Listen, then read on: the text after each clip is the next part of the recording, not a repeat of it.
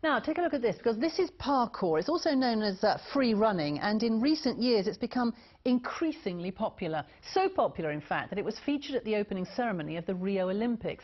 It's been described as a sport, but in the West Sussex town of Horsham, it's been banned in the town centre, and anyone found free running could face a fine.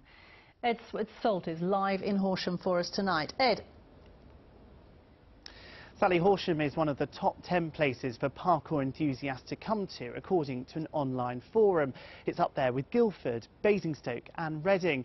Now, what makes it so popular? Well, apparently it's the low-level rooftops and low-level walls in public spaces, for instance, where I am this evening.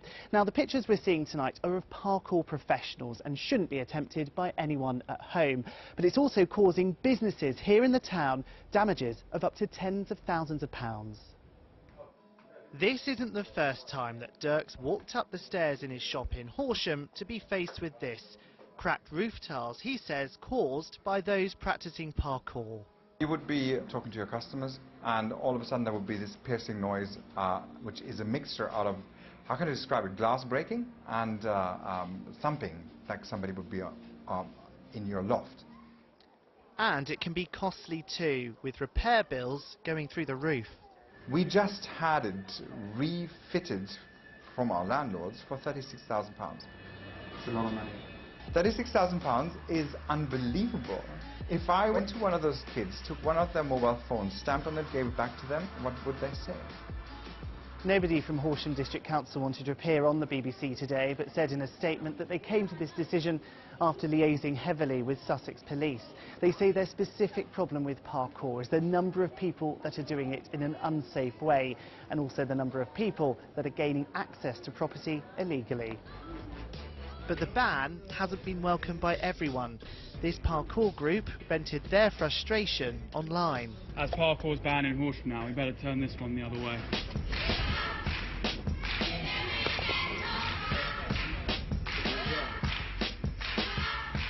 Back on West Street, another shopkeeper is Elliot. He's also frustrated with the damage done, he claims, by free runners too, but says an outright ban in Horsham isn't the answer. Well, they just ruin the roofs. They don't understand what it actually does, but people do have to spend money putting it back together like it should be. Banning it, not so much, because it keeps certain little toe rags off the street from doing things that actually are illegal. But they could just set up a place where they can do it safely, in like a safe environment. And that's what pro-parkour groups in Horsham really want. Those against it, though, are pleased that the District Council is putting its foot down. Edward Salt, BBC South Today, Horsham. Dr. Julie Angel is an expert in parkour, and earlier she gave me her reaction to the ban in Horsham.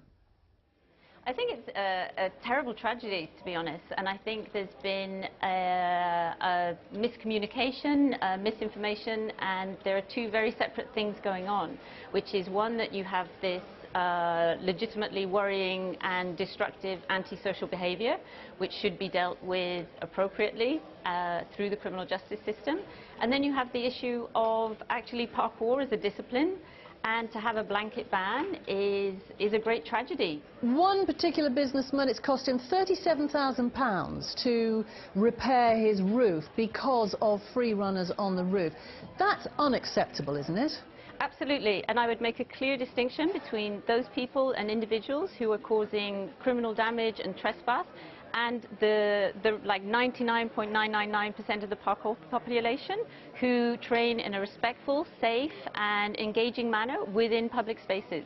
So how do you stop that then? So how do you, forgive me interrupting, but how do you stop that then? I think you need to begin to have a dialogue about who's in these spaces, how they're used, and actually having a much larger idea of how we move in places. The council want to come up with a compromise which would be a sort of a happy balance for everybody, maybe. It's allow people to do this free running, but also to protect the public, and that is to give an indoor space. And what needs to happen is actually a conversation about how we use our public spaces, how they're being designed, how people are reacting to them.